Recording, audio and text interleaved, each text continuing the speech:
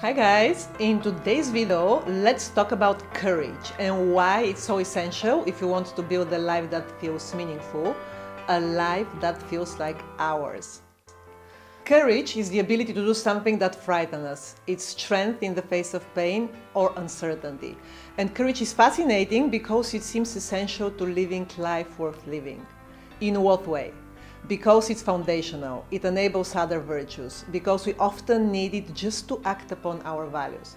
For example, honesty requires courage when telling the truth has consequences. Justice requires courage when standing up for what's fair is unpopular or unsafe.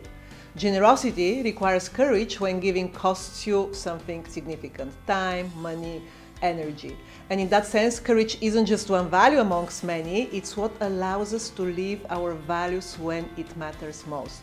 We can say we value honesty or freedom or love, but if we don't have the courage to speak honestly, or to walk away from what's no longer aligned, or to fully receive love without contracting, those values stay as concepts, they're not lived.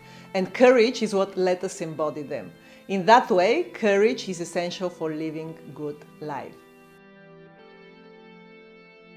Without courage, fear sets the boundaries for us. We might avoid meaningful relationships because vulnerability feels unsafe. We might stay in roles or routines that no longer serves us because change feels too risky. We might never discover our capacity because trying and potentially failing seems worse than never trying at all. Courage also builds self-respect. There is something corrosive about knowing you didn't act according to your values because you were afraid. On the other hand, when we act courageously, even in small ways, we strengthen our sense of integrity. We become people we can trust. We become people we can respect. It's also necessary for growth. Almost anything meaningful involves uncertainty.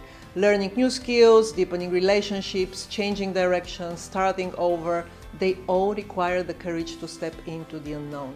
And enables moral responsibilities. Living ethically often means doing things that are inconvenient or uncomfortable, like naming wrongdoings, intervening when someone's mistreated, admitting a mistake, or having a hard conversation. In summary, courage shows up more often than we realize.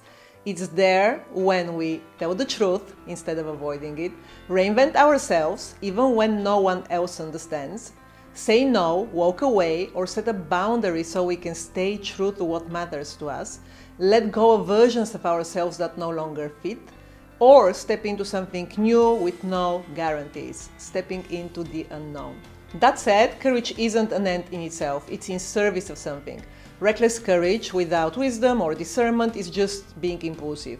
Also, how much courage we need depends on our context. Someone in a peaceful circumstances may need it less than someone who is facing danger. And in some Eastern philosophies, they suggest that the very need for courage is a sign we are out of alignment, that we are still resisting the natural flow of things.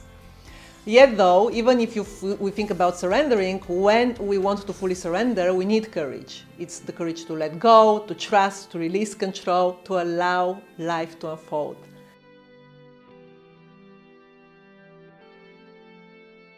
Start by noticing. Where are you holding back? Where are you staying silent when something inside you wants to speak? What choices are you postponing because of how others might react? As usual, notice. Awareness is the beginning. Then start small. Then choose one small place to act with more courage. It doesn't need to be dramatic. It doesn't need to be big. You don't need to change your whole life overnight. It's not gonna work anyways. Just choose to show up a little more fully, one choice at a time. Speak up at the meeting, say no to something you don't want, admit when you're wrong, begin the conversation you've been avoiding for so long. Because small acts build identity, and identity makes action easier. So practice being courageous. Claim it, build it, practice it. Write it on notes, put them on the refrigerator door, on the mirror in the bathroom. I am courageous. Courage. It will remind you visually that this is something you want to embody. It becomes part of your identity. Aristotle understood something profound about courage.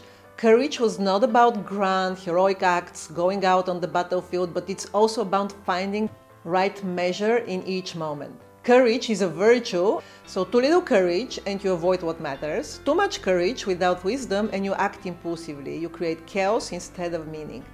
And courage, alongside the other virtues that Aristotle listed, is a habit, not something we are born with. It is something we build through practice. Every time you act courageously, even in small ways, you're training yourself. It's like a muscle.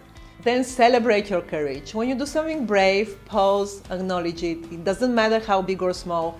Don't minimize it. This is something we often do. This is how you reinforce trust in yourself. Name your fears. What specifically scares you? Is it rejection, fear of failure, conflict, visibility, fear of success? Clarity helps you act with intention instead of avoiding the discomfort. Connect to what matters. Courage is much easier when it serves something meaningful. What are you willing to be uncomfortable for? Relationship, your child, a dream, a principle. When you know your why, courage becomes easier to practice because there is a mission beyond yourself. Now, let's remember that courage does not remove the fear or the doubt. It does not make you fearless. It just reminds you that you don't need to lead with fear. You act despite the fear. So if there is a place in your life that feels stagnant, heavy, misaligned, if there is a version of yourself you want to embody or build, you will need courage. And ask yourself then, what would courage look like here? Leave me a comment below. I love reading your comments, and if you found this helpful, please share it with someone who might need to hear it right now. And if you haven't yet, please subscribe for my channel. This really truly helps. Thanks for being here today, and I'm looking forward to seeing you next Tuesday. Bye! Want you, I'm so excited, and I just can't hide it.